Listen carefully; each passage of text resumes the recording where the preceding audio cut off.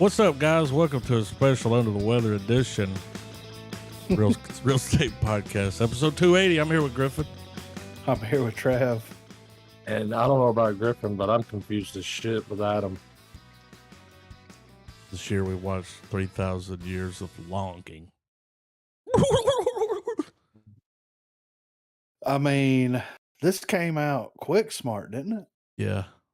I mean, we watched the trailer for it like a week ago, Not it too long seems ago. like. Yeah. George Miller. I mean, yeah, when you hear George Miller, you see that the trailer looked great. Yeah. I mean, let's be real. Yeah, the trailer looked amazing. Yeah. And I mean, the movie looked good. Yeah. But it was not the movie that I thought I was about to watch. No. Not at all. No. Now, I don't know about how the two of you venture in your movie journey whenever we're not locked in on a film, whenever you're free roaming. I'm kind of tempered to love stories and stuff due to the wife and everything. With that being said, I was surprised that this wasn't the movie I was expecting either, but the movie that we got, I didn't have a problem with. And while it's not necessarily something I probably have picked myself, I enjoyed it. I didn't find myself bored or anything. As soon as it went off, I watched Nope in black and white. That's what I did. As soon as the movie went off, I was like, Yeah. I enjoyed the Djinn story. I have some questions about the here's the thing. I wasn't sure what to expect because of it being George Miller. And the saving grace of this movie is absolutely its cinematography, though. Yeah. Like I think that's what kept me in line more than the story. It looked amazing. Yeah, that's and just the way that, the threads kind of wove themselves together. Mm-hmm. For the type of film that it is, it was good. It was the better of those type of romance movies. Yeah. Absolutely. For sure. Because I've watched some pretty fucking stinkers, man, with that shit. Yeah. Well, I mean, to me, it felt it should have been marketed a little bit differently, of course, because of like the trailer versus what we got. You know what I'm saying? They didn't show any of the scenes of them in the room talking for 2 hours. No, like they showed a little bit of it, like when she opens the bottle and everything, but you assume like this is the movie that I assumed that we were going to get. The genie pops out of the bottle. She's this, doctor or whatever. Yeah. And she's just kind of like fumbling through life, and the genie's going to open her eyes and have her see like the better side of life. And like that's what I was expecting. Cue the Coldplay. Like, Look at the stars. Yeah. But what we got was just like a telling of this particular Djinn story, and like which was very different from any other. Yeah. And he had a bit of a saga, and and I think that was something that I thought was an interesting thing to do as well, is because like you guys, I thought it was going to be her bumbling through her little shenanigans. The genie's gonna, kind of like cut some corners and help her get through some shit and everything. But I was surprised at the route that it was legitimately almost just a 2-hour conversation. Yeah. As the genie spilling his guts, pretty forwardly. Like he doesn't vet this woman at all. Yeah. Like with all movies, I thought she was going to make some wishes that were going to fuck her life up. That's what I thought. I mean, yeah, right. Yeah. Because I was like, I don't really trust this dude. He's acting strange. Like when she was like, "What if I don't make a wish?" And he went, "Fuck," that was like, "Oh, fucking." Like if she was a YouTuber, when he popped out of the bottle, she'd been like, "Whoa! There's a lot to unpack here, guys. Let's do it." Like, yeah. I mean, but the whole idea of seeing some of the landscape, like, because there were some pretty badass shots and camera work in this movie. Storytelling. Yeah. And that's the thing too, is that it managed to weave its love theme underneath a very almost grandiose type of story, you know? Like, Yeah. Who was you're that s you're first s chick he was with um, with the black hair on her leg?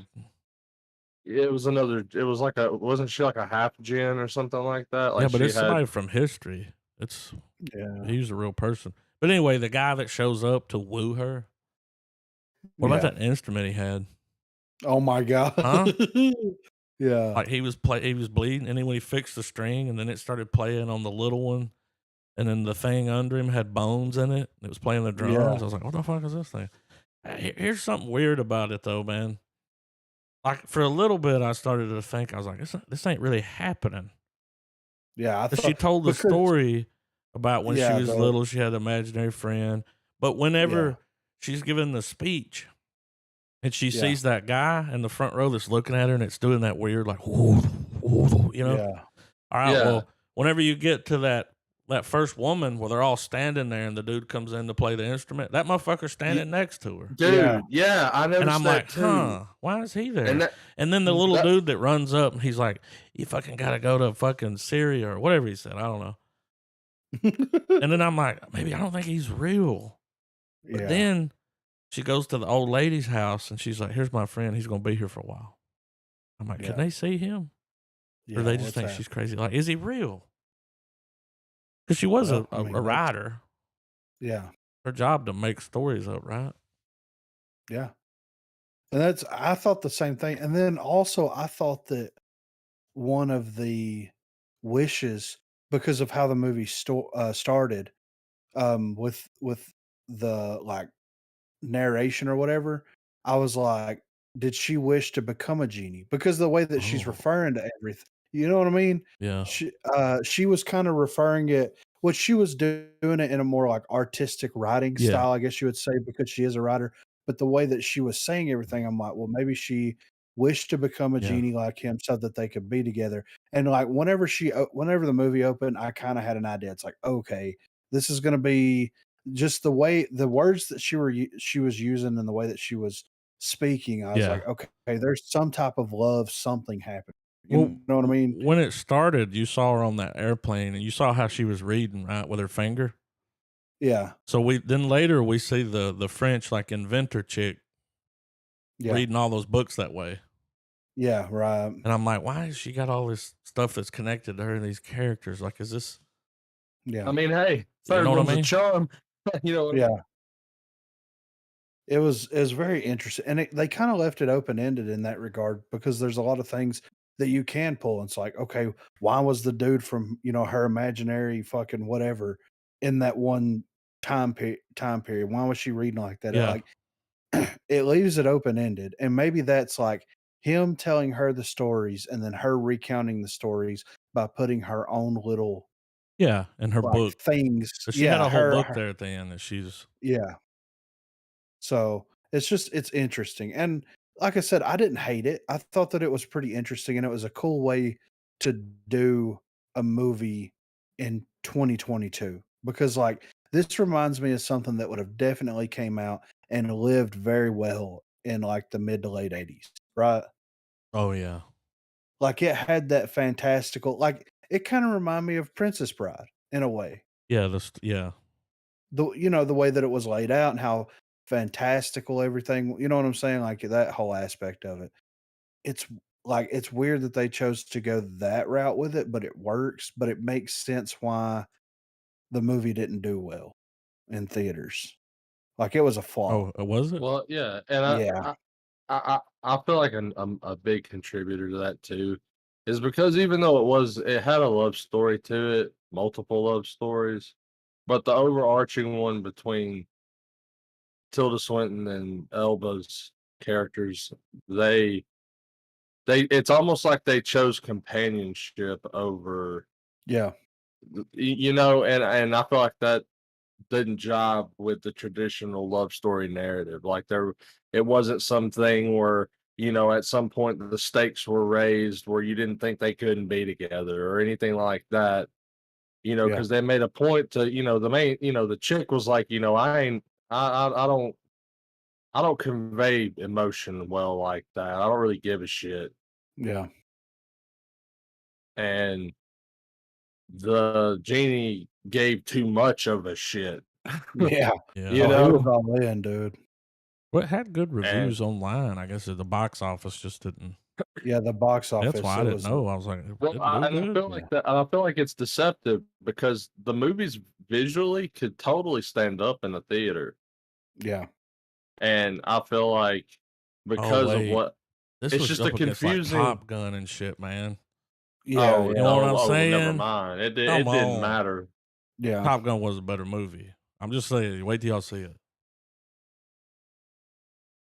I mean, but yeah, I thought that it was very well done, and it's cool to see, like, what George Miller is able to It's like do outside of the world of Mad Max, you know? yeah, and it's nice. It's nice to see a movie that felt more like like just a genuine like there was an adventure story aspect to it. Like Yeah, through the Jinn's perspective, like that guy went on some like just the way that they crafted that character. yeah, Like whenever she wasn't fucking with him, he was off like updating himself, like figuring out what the fuck's going on. Oh, Like the Ray he yeah, would have read all those books when he came out, yeah, and he looked at the TV and the computer, and that was cool when he had his back to her, and he was like, "Oh, and she's like, yeah, And then when yeah, she finally spoke some language, and his ear went, and he was like, "I recognize that." yeah, But it was yeah, cool to like I've never heard a genie like give their account of being trapped in a motherfucking bottle yeah, and right. well, what not goes even on in like that bottle for. yeah, like And I was they like, don't "Whoa, that sounds dream like torture, dude." or like they don't sleep. So you're just sitting there pissed He Yeah, just because you're waking in there. dreams. Now, when they were talking about when you were like, maybe she was one, maybe she's a Djinn, but one of the things he said was, whenever Djinns go on to the next part in life, it's just a place where there's a bunch of Djinns and they're all telling stories. yeah, they're all Remember when he hanging said out. that? Yeah. Yeah, yeah. I mean, So, I think it's based on a short story or something. yeah, yeah. They pulled a lot of inspiration from a short story. And, like, Miller was gonna write this movie back in, like, 2000, and the person he was gonna write it with ended up passing away, and before they passed, they were like, "Look, you need to write that movie whenever the time's right, but write it with this person," and that he ended up doing that, writing it with the person that they wanted him to write with, so and, I mean, it's crazy, like, it's very well done. Oh yeah. There's a Like lot of room. when it goes into the way the Jinn perceives stuff, like when Yeah, she's like, learn to wake, waking dreaming or whatever, and just the visual like stuff we get from that was really really cool, really psychedelic. Like whenever she's like looking off and you start seeing those strands and they become like Fibonacci sequences and mathematical equations and all that crazy shit. yeah, Like there's really interesting that's the thing. It's it wasn't the worst film, it wasn't the best film, but it was probably one of the more interesting films right next to like Everything All at Once. yeah, yeah, Like there's while they're not similar at all, they are in yeah, their oddity yeah, and their approach to what they're doing. And to me, the movie seemed pretty original. yeah. I I certainly hadn't seen anything like it. Yeah, it's definitely original, and it's crazy, which, I mean, it is kind of a I really think the trailer could have been cut a little bit differently to kinda emphasize, like I mean, you're gonna see some cool shit, but at the heart of this, it's gonna be a love story, and at the end of the day, they like companionship, but that's still love, though, you know what I mean? Yeah. Oh yeah. So, I didn't hate it, man. So when she came home and you could see all the particles Yeah. in the house, and I was like, that's not. And you start seeing that More a and little bit more. before, yeah. And I'm like, what is that? Yeah. Where's that coming from? What's he doing? And He's then when she goes molting. down there and he's like, I was tired, I was sleeping. She's like, Jens don't sleep. So Yeah, was it the easy. frequencies and just Yeah. Yeah. It everything was all around that. us was just tearing his body down? Yeah. Like Djinns don't belong in this world Yeah, now. in modern yeah. He's like, you have all this stuff. There's no need for us. Yeah. And she had to let him go. She did, dude. I mean, she could have just moved to the country, but whatever. Yeah. You know what I mean? Like, she could have wished for like to live in a nice little fucking acre in the 100-acre woods or something, Yeah. you know, with a nice little fucking cat cabin or something, you know. But when But she hey, was like, I wish that you could be wherever you need to be. yeah. And the little I'd salt like to shaker burst. see what Yeah. that means. But whenever he shows back up at the end, that he kicks that ball and it Yeah. hits that light, goes up, down, bounces, and hits the kid. I was like, trick shot. Nailed it, you know.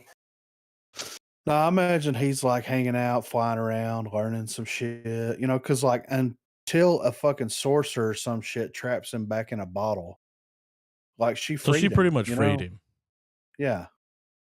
but he doesn't get But to like, move on to the next thing.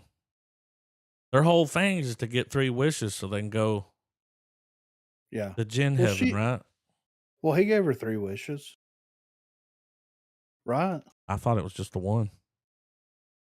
No, the wish of where they could be together. She made a wish to Oh where he yeah, would the one talk where to her. she's like, I want to feel loved by you. Yes, yeah. What was the That second one, one? the one where she's like, "I wish you would talk to me," whenever he's down there molting in the basement. That's right. And I didn't then even she think wished about for that his being a wish. freedom. Yeah. Yeah. So he got his 3 and she got her 3. So, you know, sometimes it be like that, you know, you get 3 and you're done, dude. Some people only get 2. But I mean, unless somebody figures out, which I guess if you wanna break it down and go a little bit further with it, like, I guess you could technologically trap him inside of a bottle now instead of using, like, you know, magic or whatever that Yeah. first dude used, King Solomon, I think it That's was, exactly right? who it was. He's the guy that was playing the Yeah, thing. yeah. Mm-hmm. So King Solomon trapped him in the bottle to be that started the process. So I guess with him being like, what was it, electromagnetic frequencies, Yeah. like he was a 5G. conduit for it. Yeah, yeah, the Yeah. birds were fucking him up, dude. Uh, Could you imagine? He walk outside and he just gets fucking assaulted by a fucking horde of birds. Dude, these two were like Um, perfect together. yeah, they Him were. playing the Yeah, Djinn, her her playing playing the the chick with the glasses on. It's real yeah, particular about everything. yeah. But yeah, I guess that someone could somehow trap him and then it would start that cycle all over again. But I mean, hey, my bottle said, Whenever I and saw that bottle, whenever she goes in there and buys it, she's like, I could have been anywhere in the world, yeah, all those different stores, but I go in that one. yeah, When she picked that bottle up, and he was like, it could be really old. It could be from this time period. I was like, bitch, that came from Mark's Imports. yeah, Look at that thing. Came from yeah, a bong right, shop. yeah. It was good though, man. It's nice to watch stuff like this on the pod from time to time where it's just like, okay, this made me feel very much like I was watching a movie from the 80s with, you know, Idris Elba and Cock Out, you know. I thought we were gonna get to see it at one point, Oh but man, Dingo. yeah, dude. I thought that they were gonna show that genie dig. Whenever Didn't she get that was one. like in his arms, Yeah. and I was like, what is this? Genie love making. Like, He like becomes a part of her or yeah. something. I don't know. She ain't never gonna have an orgasm like that again. It's She took it's him home in a hentai. salt shaker. It's hentai, guys. That's all it is. Yeah, right. Yeah, when they put it through the X-ray machine, she's like, "No, stop!" Yeah. They're like, "Everything's clear." It's like, dude, it's a fucking see-through Yeah. salt shaker. What are you God, X-raying it they like for? that though. Yeah, fucking They'll weirdos. make You a know? 80-year-old woman take her shoes off, dude. Yeah, It's like, really? A bastards. terrorist? Yeah, all shapes and sizes, dude. But I'm gonna give it a star. I can see myself watching this again. in the future. I really enjoyed it. I mean, I love the way that it was presented. I love that it was an adult version of Aladdin, more or less, without Prince Ali, of course, but, I enjoyed it a lot. I thought that it was very well done.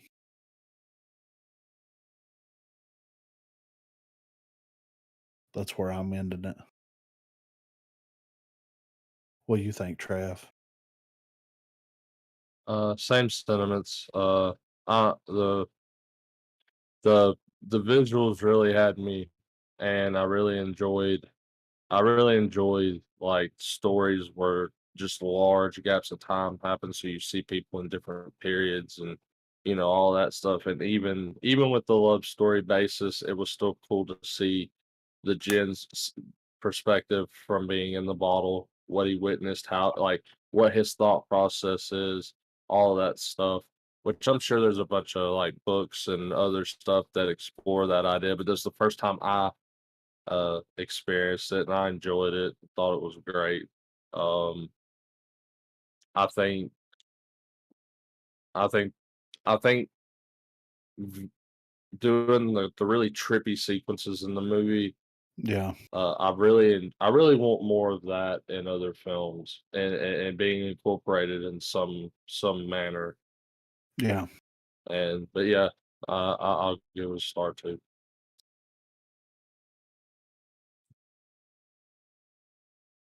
Sorry, I was muted. I don't know, man. I think Kazam was better. Uh, God.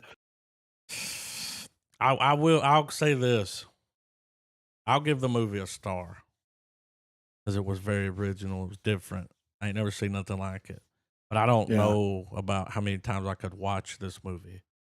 yeah, I'll say that. Like it ain't, you know what I mean? It ain't like I'm pulling it out once a year. yeah. Or I don't know No. about the replay value for me. Yeah, I mean, I could definitely see myself watching this in the future, like, over time, several times, but it's gonna be a while before I watch it Yeah. again. Somebody will be like, "You remember that Genie movie that had Idris?" I'll be like, "Oh, yeah," and then I'll watch it, you know? Well, and see, that's the No. thing too, is like the whole when you're watching it, you're just trying to figure out where it's going. So now by going back, you'll pick up, oh, look that. Oh yeah, there's the Yeah. oh yeah. Like that second viewing of Nope, y'all. Oh, Get yeah. on it. Speaking of that, real quick, since we rated this shit, so the G-Man made a black and white version of Nope. I haven't watched it yet. I still gotta get it. But, I forgot about the other night. But, I still think that there's a market, dude. Yeah. I s I think that there is money to Well, be made. I wish that Plex would just put a thing on there where I can just turn any movie black and white Yeah, at right, the flip yeah. of switch. Yeah.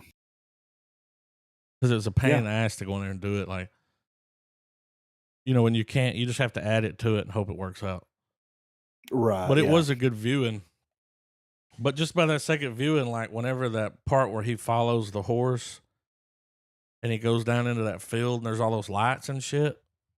Yeah. Well, it's fucking old dude being like, every Friday the aliens meet here and I feed them a horse. And I'm like, oh, that's what that was.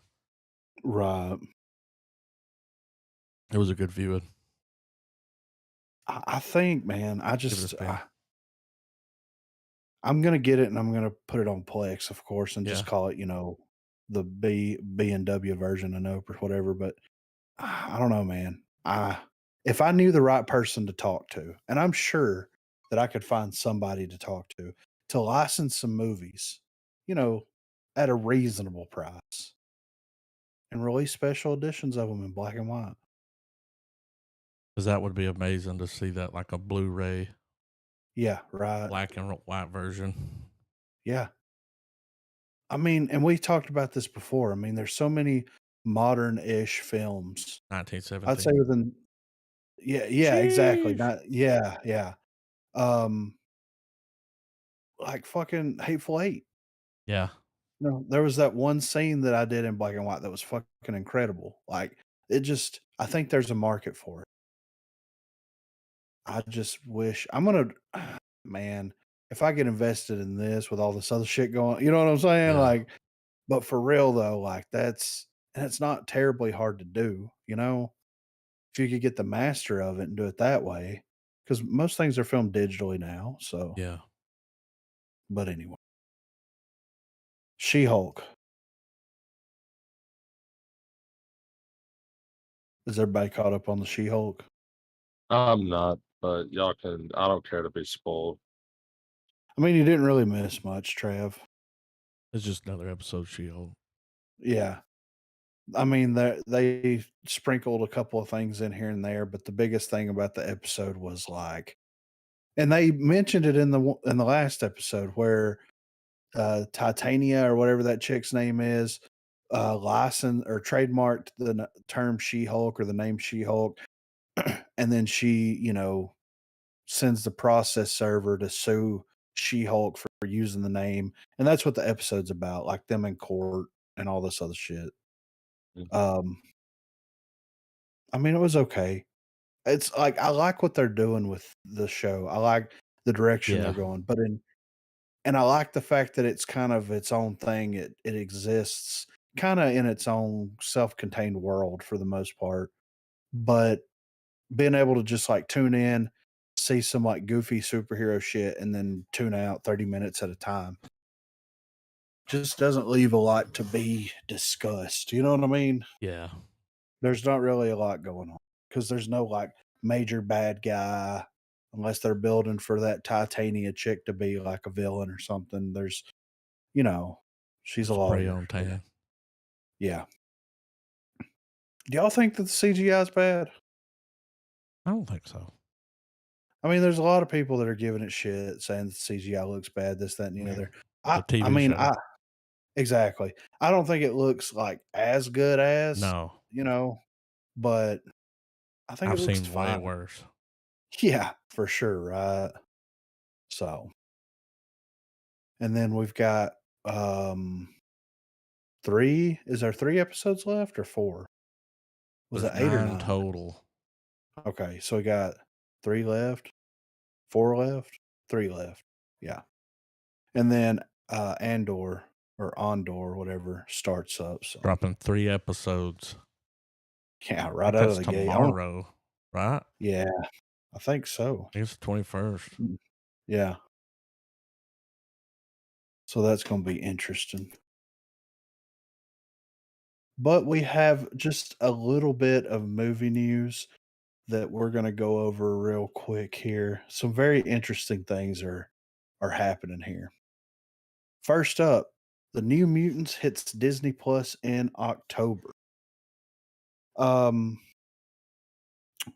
you will now be able, or you will soon be able to stream New Mutants on Disney Plus. Per Disney Plus Informer, it has been announced that the New Mutants will arrive on Disney Plus for streaming in the United States on Friday, October the 14th. The film will join other new additions for Disney Plus for the month of October, such as the premiere of the new Marvel special Werewolf by Night.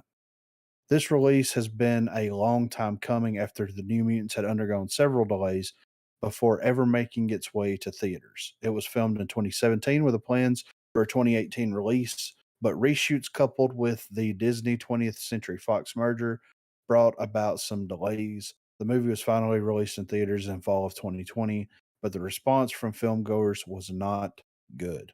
The film bombed at the box office with its mixed reviews leaning on the negative side, ensuring that any plans for sequels would not be realized. With that said, there were some Marvel fans who felt the movie was enjoyable and undeserving of its criticism, much like we are seeing with the Marvel film Morbius, recently finding a new audience on streaming after bombing in theaters.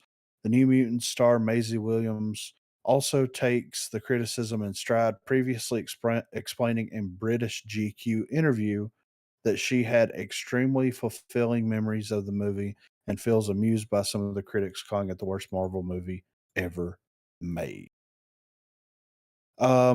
So first of all, it's interesting that they're bringing this to Disney Plus because it is kind of dark. You know, Yeah. there is some darker things happening here. It's interesting that they're not taking it straight to Hulu, but I guess it was rated PG-13, so I guess that kind of makes sense, you know. Mhm. And it makes me interested to see, like, I could definitely see them take these characters and take kind of this idea of the New Mutants and run with it in a big way and possibly do a series in the future, something Yeah. like that. You know what I mean? I don't think that it's a bad idea. Mm-mm. I think that there's enough there, especially with the Anya Taylor-Joy Oh, yeah. or Anya She's big whatever now. her name is.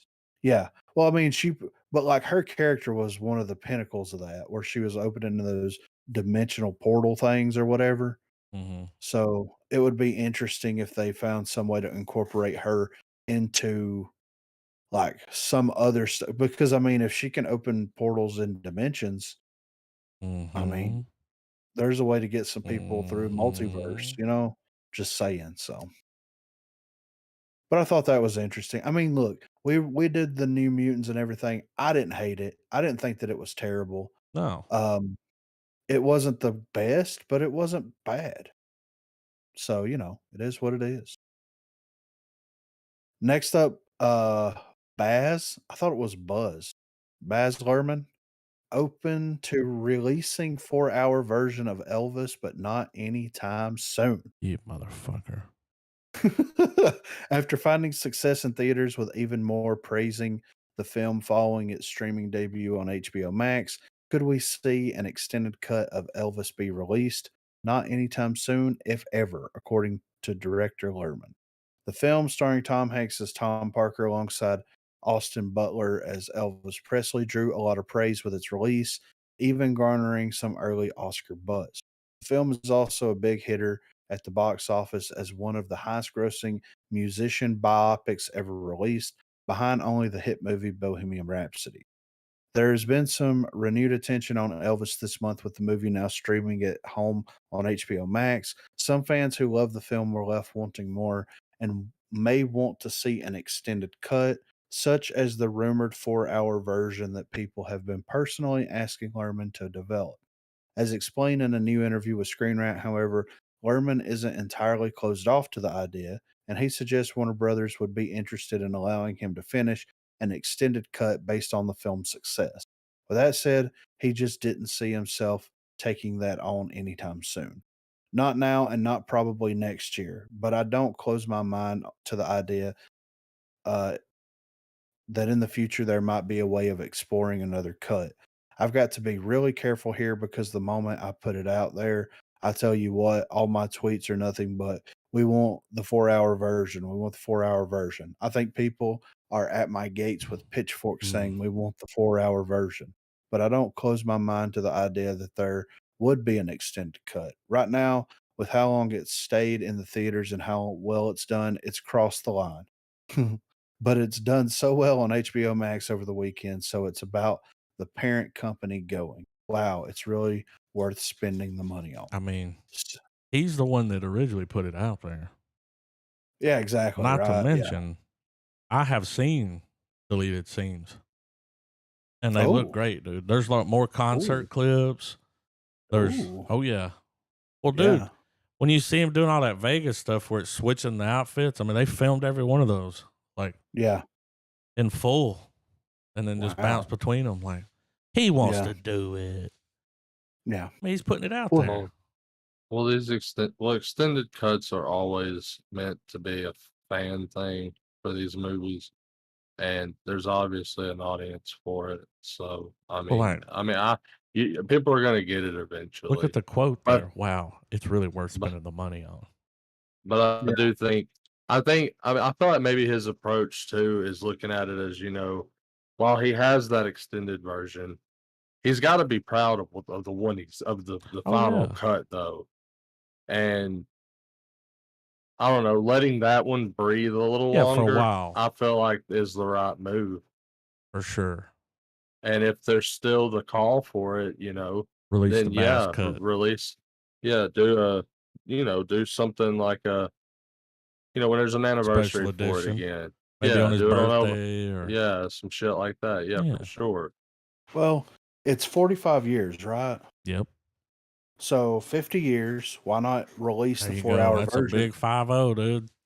But here's what you do though. You know how Tarantino did Hateful Eight 4-hour cut? Oh, Where he yeah. took different takes and different perspectives in certain Yeah. scenes and things like I that. would even be Do alright with that. them splitting it up. Yeah, that's what I'm saying. Like, do it Yeah. as 4 episodes Yeah. as a mini series and just roll with it. I like I mean, that. why not? HBO Max. Yeah, I mean, you would have people because 5 years from now, right? People are probably not gonna be buzzing about the Elvis movie. Yeah. You know, they'll probably be people wanting to revisit it because of the 5-year anniversary. Yeah. And what better way to revisit than to have a 4-hour cut? You know what I'm saying? I think that's why he's trying to stoke that fire.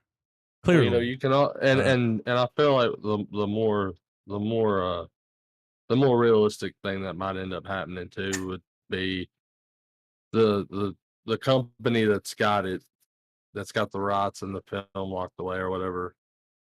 I could see something like that being withheld to promote, you know, a streaming service exclusive or something like Yeah, exactly. Yeah. subscribe to, HBO this Max. service for the only place you're gonna watch the 4-hour cut of Elvis. Yeah. I mean, that's HBO what Max. Tarantino did. Yeah. So, That's a Warner Brother bit. yeah. Pentagram. I really think I mean, like, when you read that, dude, he's like, I mean, I'm just saying, there's a Yeah. lot of people. He was actually pressured to cut it down. That's why it had to be. I mean, it wouldn't Yeah. take much polishing. No. I mean, because if you had a cut that was long, you didn't just delete it all. Like, he had to just go Yeah, in there and I feel like it had to be the same editorial problems you would have with any kind of biopic, like the balancing act between a story and just a recreated concert, yeah, Yeah. and being able to blend the two nicely so that it fits into the story of what you're trying to do in the first place, which is tell this artist's career. yeah, And, I feel like that's the hardest part with making musical biopics is like getting lost in the musical sauce when you're like, man, I have all these resources. Let me, and you want to try to get milk it as for as much footage as you can. So doing stuff like recreating Live Aid for Queen or yeah. for the Bohemian Rhapsody That and was even cool. recreating the Elvis specials and stuff, I could see where going the route of just let's just cut the whole fucking concert and then the ones that are the best we'll put into the film. Right.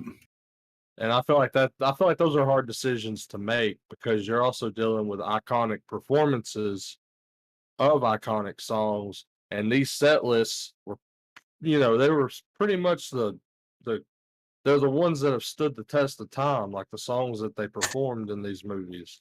Yeah. So Absolutely. being the director and editor to be like, all right, this song's gone. Think about how many people you're gonna piss off because you didn't put this one track in Yeah. or whatever, I'm sure it Yeah. wasn't just music that would make up the Yeah. 4 hours. Like, no, but I mean, I'm just saying it's one of yeah, the many there decisions. there But I had to feel be like, more footage of him talking to his wife a little bit more, right? yeah, Yeah. Just a Right. little bit more. I mean, they, or I just feel like the fact with it being a movie itself, and obviously the people making it have to be fans. And I mean, obviously, I'm looking at it through the lens of a musician. So it's very much, I feel like that's the hard part with getting to play with these sandboxes. yeah. Especially with someone that's like as influential and as larger than life as Elvis was. I mean, with Queen and Freddie Mercury, like, there's and I don't know how these people exist, but there's people that don't like Queen. You know what I Yeah, mean? There's people that don't like Elvis, but those sure. people that don't like Elvis can't deny the cultural impact this man had on popular music. Usually younger people. Yeah. Most older But they people s like Elvis. Yeah, but they Most. can't deny that though, Yeah. So, that's why I think that it's really hard for that specifically. for him, it's like, okay, how do you cut anything out when everything about his life is A fucking movie. yeah, yeah, He even said exactly. it. He was like, Elvis, the movie was the TV show. You Yeah. know? Dude, I was in a Oh, theater full of old people, right? yeah.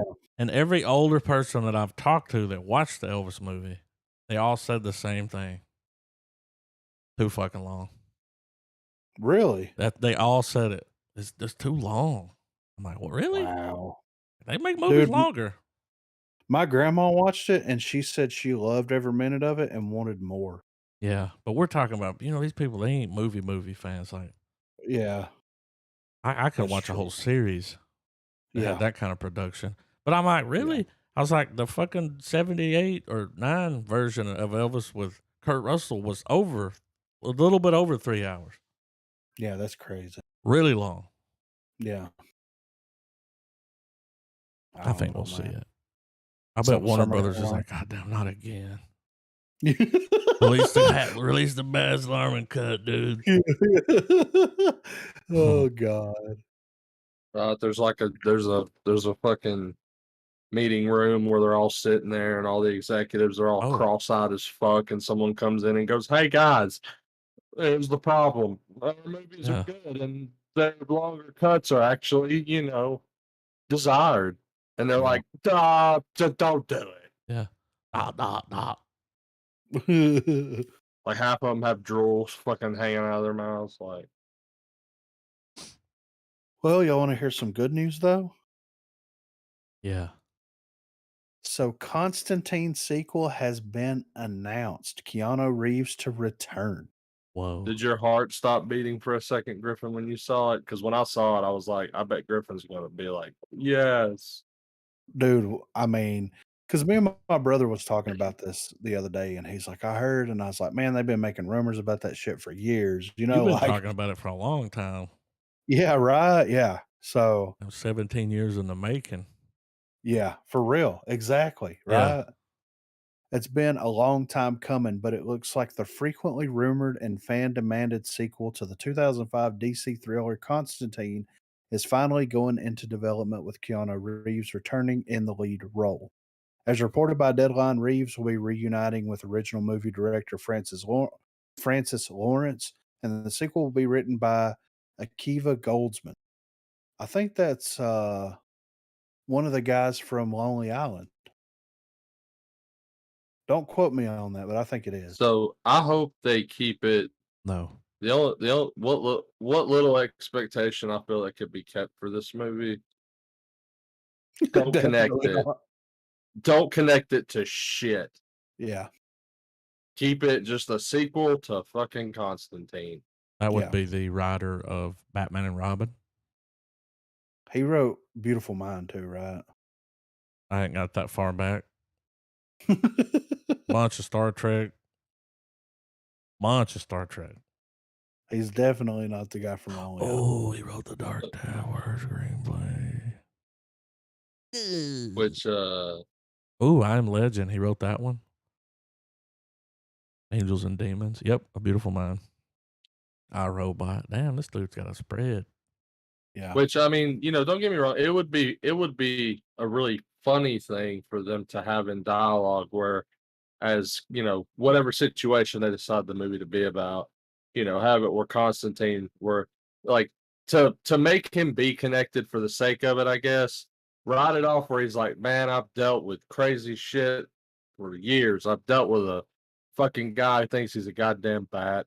I've been dealing with this," you know what I mean? Like just have little shit like that, but like, I yeah, and even allude to him helping the Sandman, Like I've yeah, even had the God of Dreams come mess with me, dude. Like, yeah, I just want to be left the fuck alone. I'm tired.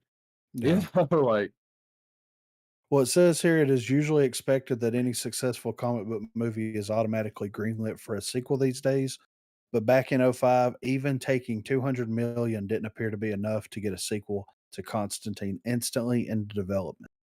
Of course, Reeves hasn't exactly been sitting around idle waiting for Warner Brothers to come looking for him, and he is currently in the middle of his current John Wick franchise, as well as having recently returned to the Matrix franchise at the end of last year, and also provided the voice of Batman for DC's League of Super Pets. Of course, news that he will now be bringing Constantine back to the big screen again will go down well with fans who simply can't get enough Keanu Reeves goodness in their lives. It says here that a John Constantine series was said to be coming to HBO Max only last month. So there have been a lot of changes at Warner Brothers Discovery in the last couple of months, Mhm. especially when it comes to their DC output, both in cinemas and on HBO Max. With many shows and movies being canceled, including the well publicized scrapping of Batgirl, one that seemed to be moving ahead was a Constantine series. And only last month it was said that the show was on solid ground but had no connection with Reeves' movie or other versions of Constantine already explored on screen. It was said one HBO Max project that sources point to as being a solid ground for moving along is Constantine, a darker reboot of the DC Comics character from British writer Guy Bolton. The project is set around a diverse lead rather than the one played by Matt Ryan in the 2014 NBC series and the CW's Arrowverse or the 2005 Keanu Reeves feature film. Just 1 month later, that series is now dead at HBO Max, with Abrams now seemingly working on the movie instead. More information will likely be coming in the future about the film, but for now, it will be enough for most fans to just know that Reeves' return to the role is now very much in the cards. So here's what it sounds like to me, though. It sounds like um, the Constantine series was on the table, which it still may be, and I'll get to that here Mhm. in a second. But it sounds like the dude from Discovery was like, he's like, "Don't scrap Constantine yet." I've heard a lot about that. He probably went back. He probably watched the Constantine movie, watched the Constantine episodes that was on NBC, watched some of the CW stuff where it had that Constantine from that NBC series return, and then was probably like, well, everybody's been wanting a sequel for this movie for fucking like 17 years now, right? So let's give them a sequel to it if we can get Keanu back on board for it. Mhm. Now, what I was saying earlier is like they still may do a series with it Yeah. because I could see them taking this route. This is what I would do because I don't know how like the comic version of Constantine, I have no idea. Like I've read a couple of things with Constantine, and I'm always thought that he was a fascinating character. Just never got around to reading his books. Here's what you do with Constantine 17 years later. You make an old man Logan Mhm. version of Constantine, where this is his last fucking hoorah. This is his last outing. And if it's going to be 8 hours, if it's gonna be a series and that's gonna be the end of it, or if it's gonna be 2.5 hours or whatever they do is gonna come to HBO Max. There's no way that they're gonna release this in theaters. I don't think that they will anyway. It's too much of a risk. It's a sequel to a movie from 17 years ago, Yeah. It and would it's a have to movie that I chart really high yes, with the yeah, numbers. You know what I mean? yeah. So I can definitely see this developing as they start writing because to me it sounds like there's some ideas floating around. They got the green light to go with Keanu Reeves. They scrapped the television series. If they decide to go the route of an old man Logan style version of Constantine on his last hurrah, they may develop it into a series. And they're because it makes more sense logistically and financially speaking through the eyes of HBO Max to have it be an 8-week ordeal that Yep. people have to come back 2 months in a row to watch Constantine play out, as Mhm. opposed to being a 2.5-hour outing One and that they're done. gonna yeah, that they're gonna get a 14-day free trial from a box of Cheerios, watch the movie, and be done with it. You know what I'm saying? So it's gonna be a little bit more lucrative for the company if they do it as a series. Now, Keanu may not be interested in that, but I think that it would be a win-win situation for everybody. I think the red herring in all of this, though, is the fact that J.J. Abrams' Bad Robot is involved. And last time we looked up about what's going on in that camp, uh, a lot of uh, a lot of shit's getting thrown at him for making that very big deal with, I believe, with Warner Brothers, And then not Yeah. and following not through. not coming through with anything. So Yeah. there's still the very good likelihood that this movie will just fizzle out and or if anything, just find a nice place in development hell, ironically. Yeah. Well, I could see that happening, but like, man, We got new with management. yeah, Uh, I I as for how it would pan out, I I don't I don't necessarily think I don't think any kind of TLC could polish this franchise to the point where a series would be a good investment. I think going the route of just doing a decently budgeted feature length film, giving fans what they want, which at the end seems like that's what dude's real incentive is. It's like we need to make money. We're going to make money by getting audiences to either come to the theaters or pay for the services or whatever. And the person that's going to make you come watch Constantine is going to be Keanu Reeves, yeah, and I feel like it's the logical choice. yeah. Yeah, either way they go for it, it's a win-win for fans if it doesn't get stuck in that development hell cycle, or because like this could be a situation where since they didn't fulfill their obligations with HBO Max, they may, the new CEO over there may be like, "Look, we're going to assign you to shit. Since you're not following through with it, you're going to do what we tell you to do." I mean, Yeah, Yeah. keep it's your fucking JJ. mystery box in your goddamn luggage and film what's on the fucking page, yeah. And since motherfucker. Like, yeah, and since the original director is back on track as like back on the project as well, like I think that gives me with him and Keanu, with those 2 people confirmed as being attached to it, that gives me more hope than what we've read for the past however long we've been doing the podcast. Because this topic comes up about once a year, once every 6 months about them doing Constantine. And this is the most hopeful I've been about it since we started Yeah. reading those articles. I think that says a lot with those 2 coming back, so for we'll sure. see. And if they decided whatever they decide to do is fine with me. I just think that, like, you tell the Keanu Constantine story, you get you end the story by either killing the character, having him go to heaven, having him go to hell, the world ends, like, whatever. Just however you have to end the story, end it. Be done with it. That way fans get closure. That way they don't have to revisit it in the future unless something crazy comes up, and, it's good. It's one and done, or it's 8 and done, Mhm. however they decide to do it. But on some other fancy pants news here, Star Wars Rogue Squadron officially removed from Disney's schedule? Ah! Although the Star Wars franchise has been thriving since the arrival of Disney Plus with hit series like The Mandalorian and Obi-Wan Kenobi, becoming some of the biggest shows on the platform, its big screen presence has been languish lang languishing since the release of The Rise of Skywalker in 2019.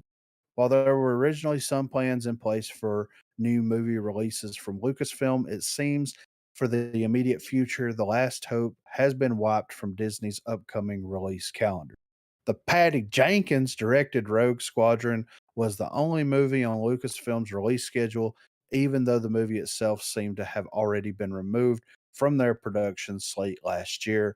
So while the news is not a huge surprise, it does seem like it's the final nail in the Rogue Squadron coffin. Disney has unveiled the release dates for a number of non Star Wars projects, such as Snow White, being scheduled for March 22nd, 2024, release to be followed by Inside Out 2, and Mufasa, The Lion King. However, while there are many movies coming in the next 2 years from Disney, there are no Star Wars projects set for theatrical release anytime soon. Rogue Squadron was originally announced back in 2020 and would have been the first theatrical Star Wars project to be released since the Skywalker saga closed out with the Rise of Skywalker. Cracks started to show in the movie's production when there had been no casting details or movement on the film, and in November 2021, it was revealed the movie was being delayed due to scheduling conflicts with Jenkins' other projects. Now it seems that fans are going to have to wait a little longer for Star Wars' big screen return and indefinitely for Jenkins' Rogue Squadron. So, But her father was a pilot. I don't get, dude. Here's the thing. Here's the thing about Patty. All right. Um, they kind of blew her head up with that fucking abomination of a Wonder Woman movie, right? And then, which to be fair, the original Wonder Woman was way better than the follow up, right? Than Wonder Woman, the fucking Stone of Madness or whatever the fuck it was called, right? So 1984. Um, to me, what it seems like is they were like, look, you did so well with the original one. Here, do whatever you want to do with this follow up. And then people's like, oh, Patty What? Jenkins is like doing some dumb shit over with the Wonder Woman shit. Yeah, we probably don't need to make Star Wars movies with her, right? Diminishing Yeah, that's probably returns. yeah, exactly. So with that being said, I know that Taika Waititi is working on a Star Wars property. He's currently in the process of writing it. That may end up being the first theatrical release for Star Wars property that we have in the future. That's probably And gonna be worse. what, Taika Waititi's take on Yeah. it? Yeah, dude. I mean, Dude, that would be fucking awful. That he will will be awful. I mean, we'll see it when it comes out, but like here's what I'm saying. To me, it feels like, Abrams brought it back. Ryan Johnson tried to make something very interesting and unique that I personally enjoyed that apparently everybody else that watched it shit on it. And then Abrams showed back up, threw together a fucking half-ass decent script, and then just shit it out. And with the Rise of Skywalker, right? They're Yeah, like afraid. soft serve. Yeah, they're afraid. Everybody is afraid to touch theatrical Star Wars with a fucking 10-foot pole. And if But that's the It case might be a career killer. exactly. well, it's Ex because anyone who is anyone that has even remote, even if from the from the most ardent Star Wars fan to the person that's like, "What the fuck is Star Wars?" You know the look and feel of how that universe works. Yeah. But there's a lot of movement that we've talked about ad nauseum of changing that, and you can change that you can make it not be part of the Skywalker story and still keep the look, feel, and the overall core of Star Wars still intact. And Yeah, that's absolutely. seemingly being undone in front of you, um, to the point where a show about a Mandalorian and a baby iteration of Yoda is literally carrying this franchise on its back right now, Yeah. and Yeah, man. that shouldn't be the case. Well, I mean, look at who's in charge over there. Yeah. That's all I'm Oh, gonna yeah. say. Yeah. And So so it's not like there's people it's not like Hollywood just doesn't know how to make a Star Wars film. It's they're afraid to make one because it's not gonna live up to the stupid standards that's being set by Lucasfilm right now. well, and also the standards of their like just fandom in general. Because like the Star Wars fandom is such a great thing, but it's also the most gatekeeping, toxic, fucking Toxic, shitty, man.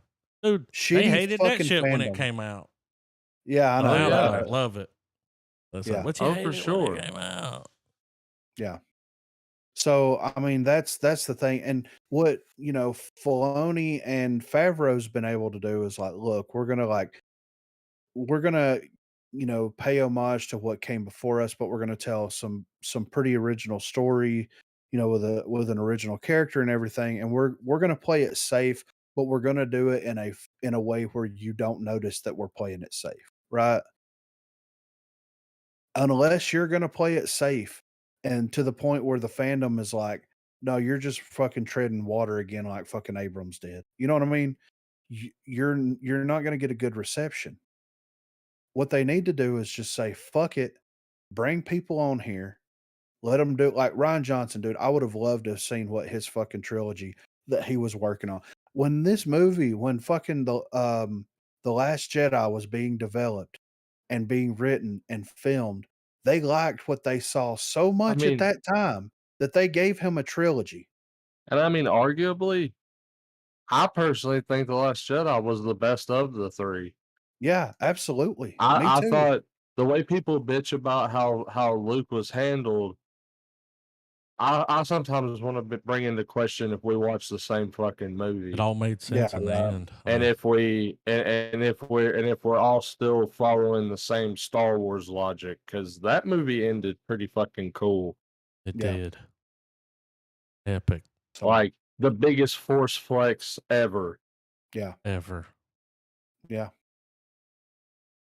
I think that, like, they need to let Filoni and Favreau do what they Mhm. wanna do, continue to produce series because it feels that we're inevitably never gonna get away from the Skywalker saga. Let them exhaust all Skywalker everything, and then put the series, put the property on the back burner for about 15, 20 years, then revisit it. We'll get another 5 to 10 good years of Star Wars of them treading the Skywalker formula. Give us 20 years of downtime for people to fucking get out of it. That way, when it comes back, it doesn't matter. It doesn't matter if it's anything like the original. It doesn't fucking matter. It doesn't matter who fucking George Lucas is at that point.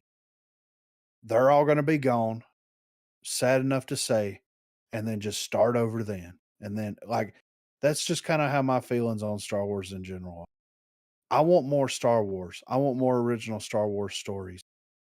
The fandom and the fucking people in charge over at fucking Lucasfilm is not gonna allow that to happen. So shut it the fuck down. Ringy Ding. Exactly. Bring it down. I mean, what do you think, Trav? Shut it down?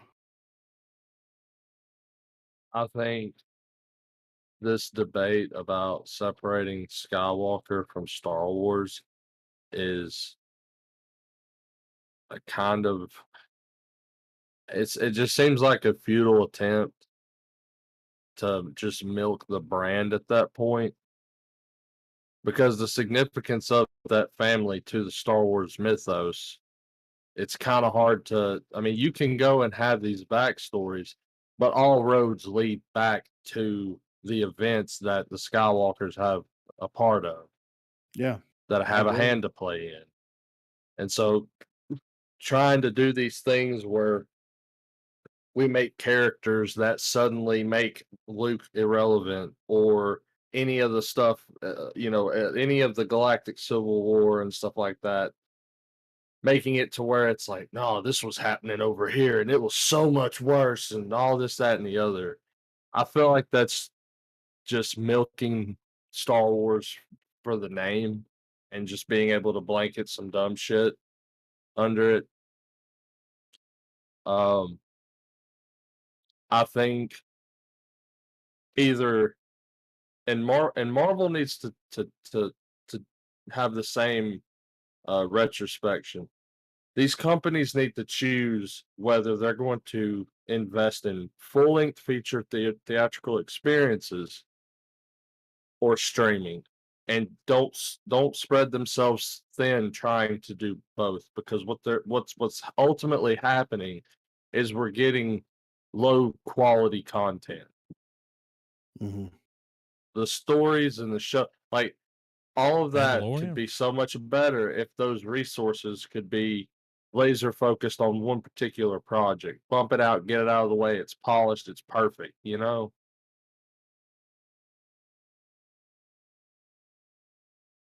Yeah, I mean, I see what you mean by that, but, like, I don't to me, it's like there's so many different speaking to Marvel specifically here, there's so many different characters, there's so many different directions that you could take something. Like, if they paid enough attention to and gave as much care for everything equally across the board as they do for some of their other things that they've got in process, then I think it would be okay. You know what I mean? Well, I understand the idea that Marvel actually has the catalog for something like that to work. But we can't deny that Disney is kind of half-assedly just copy and pasting both IPs right now in terms of how they're going to market, how they're going to distribute, all of that. Yeah. Well, they're And I'm sorry. no, they're just speeding up the superhero fatigue is all they're doing. They're That's true. fast tracking it. They're just fast tracking the fatigue, man, because and if they were gonna continue to release Star Wars and Marvel movies, they could legitimately get 30, 40 years out of it. With them doing series the way that they're doing, just like that they did with the Western bang back in the day. Look at all the fucking television series that you had in the 50s and 60s that were all cowboy centric spaghetti western. Like that is Yeah. something that that's a hill I'm definitely gonna die on. They're just fast tracking this fatigue with both of them. What's already And you happened to me, dude. There's a few of well, those Marvel shows that I didn't even touch. Yeah, well, and Not you know, interested. and to me the problem, like I agree that the superhero fatigue is absolutely being, uh, full steam ahead. I think a lot of that also has a lot to do with right now with what they're trying to do is that it's almost like there's no aim as to where we're going. There's no roadmap. When we were yeah, dealing with Marvel during the Infinity Saga, we knew whether it was a one-off little comedic one like the Captain America cutscene where he's talking about detention Spider-Man, or to something more serious where we see two of the Warriors 3 dropping off something at the collector, and he's like, "What are we doing with an Infinity Stone?" And you're like, "What the fuck? yeah, You said the two words, you know?" Like yeah, with Star Wars, well, like, I'm sorry, I'm getting to a point here, but like with all the cutscenes and everything with Marvel and all that, you had a roadmap that we were going on, and you knew that if maybe this movie didn't elaborate on it, you knew the next one would. yeah, Now it's broken out into such a fractured thing because they wanted to do the whole make they wanted to take the multiverse and make a fucking event, marketing event out of it. But what we're getting is these injections of characters that you don't really care about. And it none of it is stitching together the roadmap that we've all kind of silently agreed like we're on board with. Marvel, if you're showing us the path we're on, we're gonna keep going down it. But with this next phases and stuff, it's like, yeah, we're not really doing that anymore. We have two Avenger movies coming out. We're not going to tell you how we're going to get to it, but we got the names for them. We have literally one TV show and one movie that even remotely alludes to what's going on in this with Secret Invasion. And Kang, hell, you saw him at the end of Loki, but we haven't done any fucking thing else. Then we could have totally had a blink and you missed it moment in Doctor Strange, or not even a blink and you missed it. We could have had 30 seconds where it was like, you know, a version of Strange shows up and it's like, dude, there's bigger shit at play here. Fuck you and fuck these variants. I'm out. I got to deal with something. You're like, what the fuck was that? What was yeah, that about? You know? right, But we're not getting necessarily a roadmap for anything anymore. And for general audiences, that's kind of their stopping points. Like, all right, well, if you don't give a shit, then neither do we. I mean, fans are gonna, a lot of fans like us are also, we're at the point now, like with Adam saying, like he's picking and choosing what to watch now instead of like, all right, I guess I need to watch this because for whatever 2 minute fucking connecting scene is going to tie it into everything else. Now that we're not getting that necessarily, it's like, what's the point if it's a character you're not even that invested in anyway? right, And on the other side with Star Wars, see with Marvel, all of that also shows that Marvel is a world and a universe worth fleshing out, where you have all these different characters, these different sagas and adventures and stuff happening. And Star Wars has that too. There is room for it, but I've always thought that it's very finite as opposed to the infinite aspect of Marvel. And with Star Wars, their approach and how they've made all this different content is they're slowly just getting rid of the mystery of Star Wars. the one of the funnest parts, and this is purely my opinion, but one of the funnest parts about Star Wars or being a fan of Star Wars is being able to talk about it, being able to wonder why something happened, or filling in some of the blanks yourself, Mhm. and not necessarily having to have, oh well, in this book it's this, or hey, in this comic book they say it was that. And while being able to go to all those different mediums and stuff certainly scratch its own level of nerd itch, there's still always that level of mystery. And it's not just Star Wars, it's tons of other franchises that are out there that suffer the same problem. And when you peel back too much of the mystery, it gets stale, it gets boring. There's nothing left for you to chew on because everything's been explained. Yeah. Well, And I I, mean, we'll see what they decide to do going forward. I mean,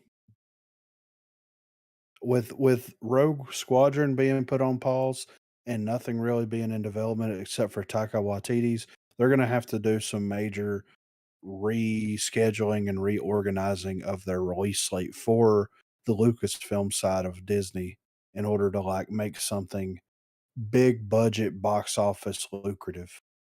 So and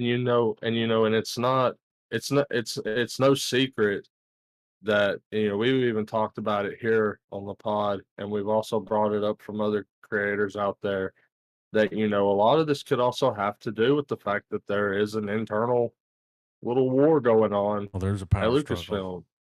Lucasfilm. yeah, And when mom and dad can't get along, the bills don't get paid. yeah. Baby don't get to eat. Yeah. That's a way better one, man. Baby I don't mean, get to eat. that's the case. Like if no one can bear the hatchet at these companies and move forward with these projects, then the fans are going to suffer. I mean, we'll see what they got for us, man. But I got one last movie news here. This is something that I'm very interested in. I don't know if you guys, but me. Sublime Biopic announced Francis Lawrence to direct. So a new music biopic about Sublime is now in the works. The rock band, which rose to fame during the 90s, will reportedly be the subject of a new feature film from Sony Pictures. Per Deadline, Francis Lawrence is also on board to direct. Chris Mundy is penning the screenplay. Film is in collaboration between Sony's 3000 Pictures, Churnin Entertainment, About Blank, Dave Kaplan, and Peter Paterno. And then it's going to go into all that shit. A joint statement about the film signed by Sublime's Gaw and Wilson, along with Bradley's widow, Troy Noel, and son Jake, read, "Wow, we can't believe this is finally happening, and we couldn't be more honored and excited to have the great Francis Lawrence and Chris Mundy telling our story. We are so grateful to Peter Paterno and Dave Kaplan, Surf Dog, for their years of persistence and vision in getting this film going, and thankful to Sony's 3000 Pictures and Sherman Entertainment for believing in us and getting it on the big screen. We know Bradley's talent and spirit will be part of this incredible journey." Kaplan added, "We're thrilled Sublime's insanely cool and important story will finally be told. They were fearless and pioneering in bringing together so many musical genres, cultures, and lifestyles during their short time as a band. And their music is still influencing musicians and artists to this day. Peter Paterno and I spent the last 6 years searching for the right partners, and we are pinching ourselves with this dream team of Elizabeth Gabler and Marissa Pavea at 3000 Pictures, Francis Lawrence, Chris Mundy, and the Churnin folks, and can't wait to see this film get made." I mean, look, I'm a fucking huge Sublime fan, and I'm interested to see this shit because, like, you know, there's a story, Oh yeah. I there's even a think you story. picked it when we watched the Queen movie, and it's like, what biopics should they make? I'm pretty sure you said Sublime I mean, in your list of one. I seem to yeah, remember that conversation. Francis I Lawrence know is that. cool, dude. He actually directed Constantine, and He'll be directing Yeah. Constantine 2. That's on his IMDb. BioShock. Yeah. Good director. So, What a yeah. cool list of stuff to have under your resume. Yeah. Yeah, right. I'm Legend. Yeah. So I'm interested, man, and I love their music, and they could turn this biopic into something like super special, Yeah. if they do it the right way. And I know it's going to be a downer, with Bradley's passing and everything, but what a better way to like honor what they did and what they were able to accomplish. You know what I mean? Like they Well, weren't. it would be not only been telling Sublime's story would be interesting, of course, but being able to just be able to go back and take a snapshot of that time period through them Yeah, would make for a really good film. yeah, because it's the '90s in Southern California. Which in Like, the 90s, this director was directing music videos. That's how he got his he, start. I mean, did he direct any of Sublime's music Nah, I videos? looked. He didn't do none of theirs, but That'd he be started cool, right? directing videos in 96 and did it all the way up until shit, he's still doing it. I mean, he loves music, man. Yeah, so that's a good pick. Yeah, I'm excited. I Thoughts just on? hear I hear the melody to uh Sangria.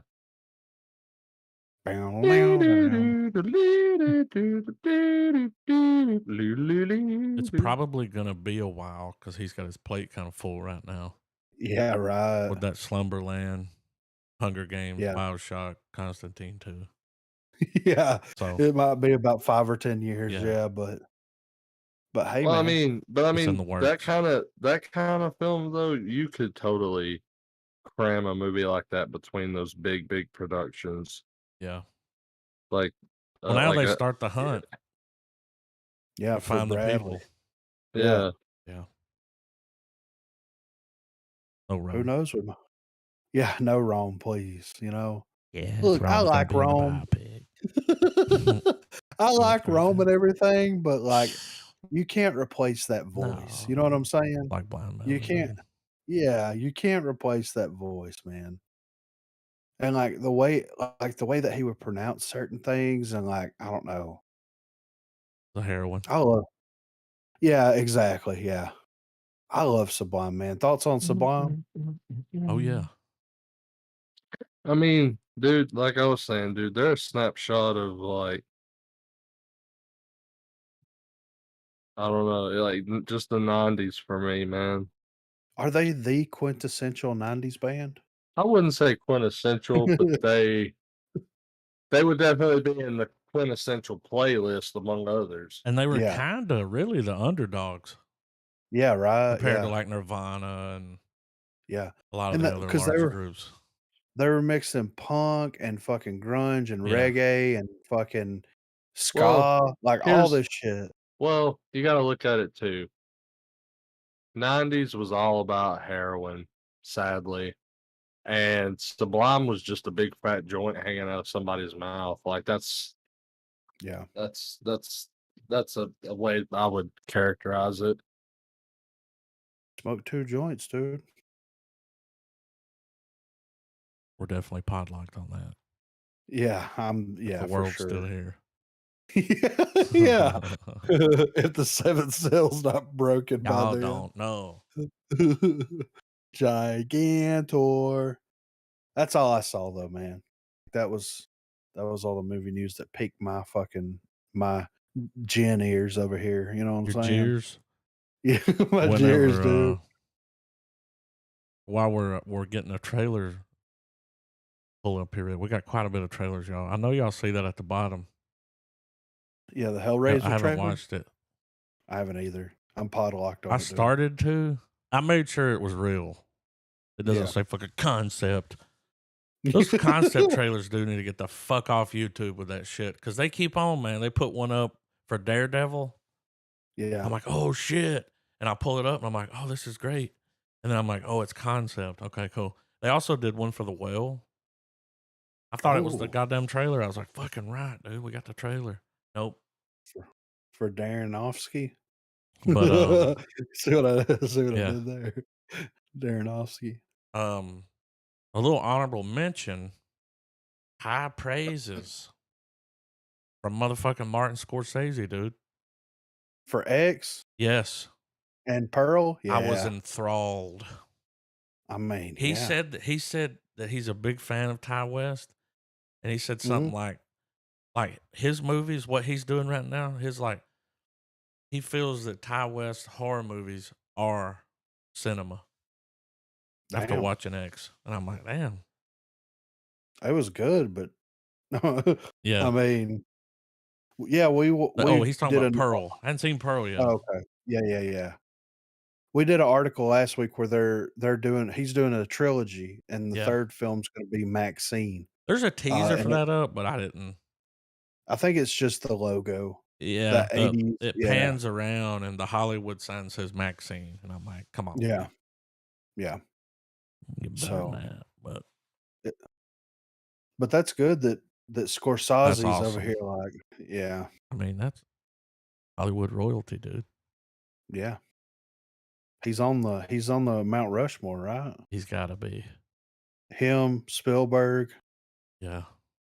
um, I mean, if you're gonna put Spielberg, you gotta put Lucas I was gonna back put up there. fucking is Linklater get What anyway, I'm ready for trailers. about David Lynch? I'm a yeah. Sunny in I'm on Colorado. yeah. I'm on the Mount Rushmore. So what, David? Have you ever seen Mount Rushmore? It's not very big. It really isn't. I mean, it's a lot of Looks kind of work. small. Yeah, it's a lot of work to put into, like, carving something out of rock. All right, we have speaking of Speaking Star of Star Wars. Wars? 5/25/77. Ooh. 77, that's the year Star Wars came out. Dun, dun, dun. Also the year Elvis died. And Is that Groucho what Marx. killed Dude, him? Groucho Marx and Elvis died the same fucking day. That's crazy, That's right? crazy. Are y'all I'm ready, ready? though. Oh, yeah.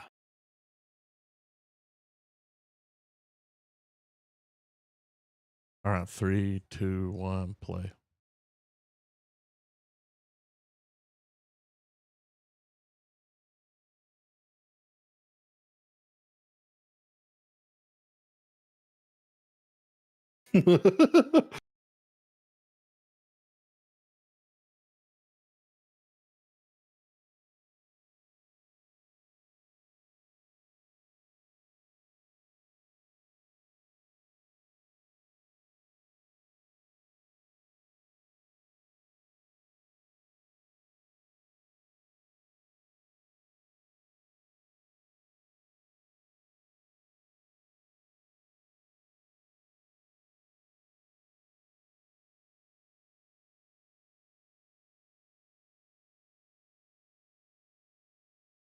Is this a documentary?